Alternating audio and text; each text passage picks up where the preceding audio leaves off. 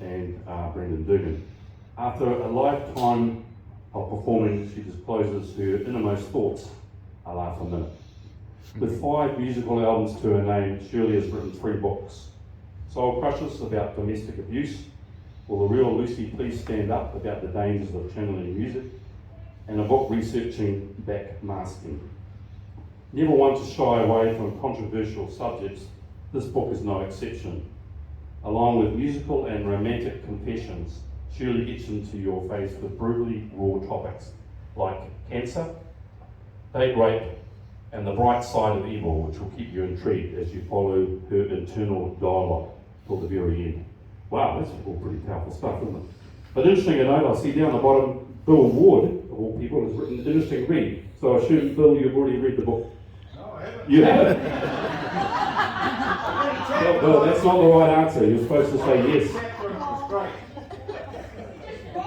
All right, okay. All right, without any further ado, let's put our hands together. Thank you all for coming out on a Sunday. I know it's not easy with the weather that's been.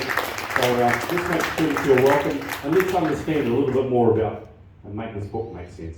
Thank you, Shirley. Thank you very much. I'll just get my microphone before I start.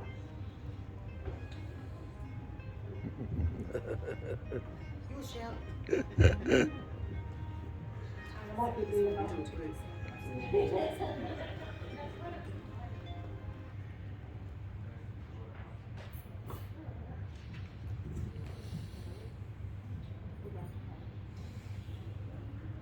Yep, don't worry. And so yeah, I'm just basically here today to share my book with you all, and this is of course. We've got a copy. It's called The Wendy House. The reason it's called The Wendy House is basically because I liked playing in the Wendy House, and my brother was very smart and academic, and so when we left England to come to New Zealand, his school report said, lucky New Zealand, they couldn't be getting a smarter boy, and my report said Shirley likes playing in the Wendy House, which always made me feel like a little chance. So anyway, so that's where that came from.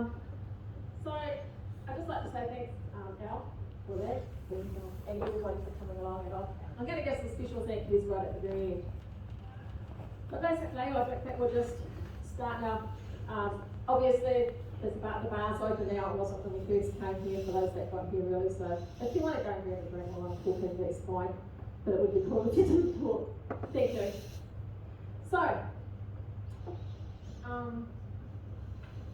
So basically, I've named my autobiography, apart from the reason I told you, The Wendy House, because it celebrates so much more than achieving goals that we view as important, like high grades in school or even in music. At 9 years old, when my family immigrated to New Zealand, my report read, Shirley likes playing in the Wendy House, whilst my younger and smarter brother's report read, lucky New Zealand, they couldn't be getting a better boy. I've dedicated this story to minds like mine, filled with far too much imagination, when they should have been brimming with fractions and unfathomable mathematical equations. Oh, Jed's got to play the first song. Yeah. This is the latest one for me. And also, for any of you, Twin and Shona will know the late Stephen Max. He put all those keyboard tracks down. He was an amazing keyboard player. Anyway, here he was. So the early years.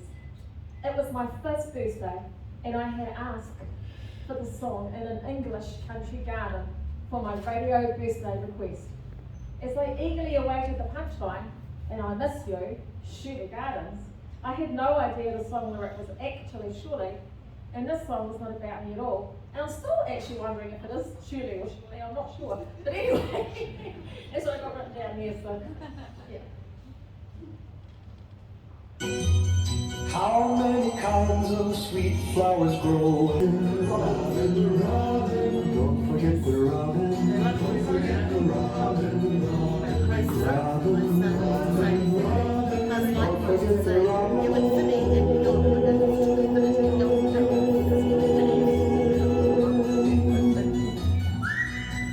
So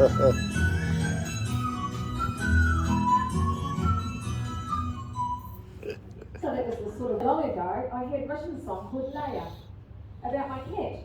Only to discover there was a little girl called Leia on the other side of the world who had grown up thinking that this song was about her. I guess I wasn't the only little girl who had grown up thinking the world revolved around me. Anyway, an interview story on Rocking the Planet, which is a television on Sky TV, what was it, Face TV, one of those. And I was just sort of talking about, and reading out about in my mind when I was being interviewed, so it was what I was thinking as I was asked the question. My mind wandered back to a time when my mother walked into the kitchen with a parcel from my uncle Philip Mannington, the man with the wild red hair, who had visited our cypress home all those years ago. As Mum cut it open, I felt a twinge of excitement, which soon turned to disappointment. There it was, my uncle's own 45 single record sent all the way from Britain. It had unfortunately arrived in 2 parts. Would Dad be able to fix it? Dad's watching too. Luckily, with a bit of super glue, he had the record spinning around the turntable in no time at all, even if it did make a massive grating noise with each rotation.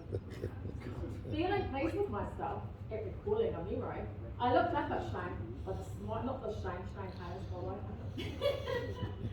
with a smile on my face. This could be a great little story to throw into the show. After all, Shane wasn't the only person who had a song on the pop charts.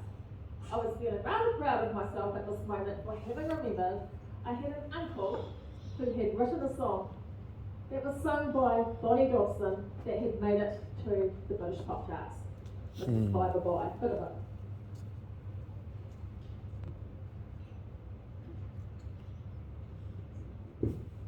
Oh, that's my family.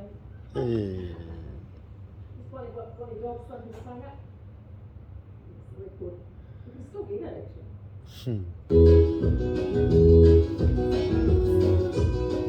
My future is bleak without you, my love, and some tears are soon bound to overflow, and fixed upon our rainbow, all the clouds of woe. So bye, you ain't going nowhere. Bye, bye, bye, bye, bye, you ain't going nowhere.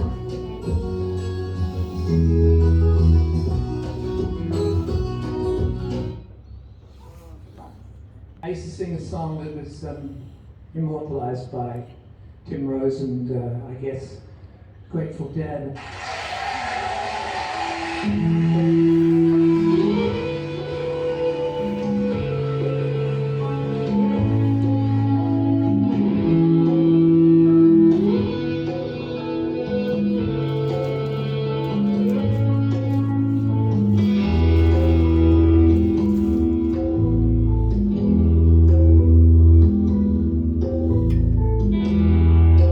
Walk me out in the morning dew, my honey.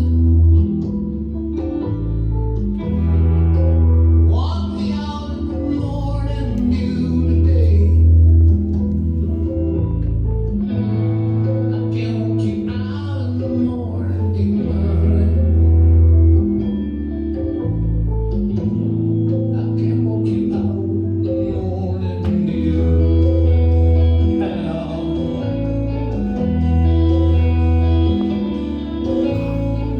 Later in the 90s, I recorded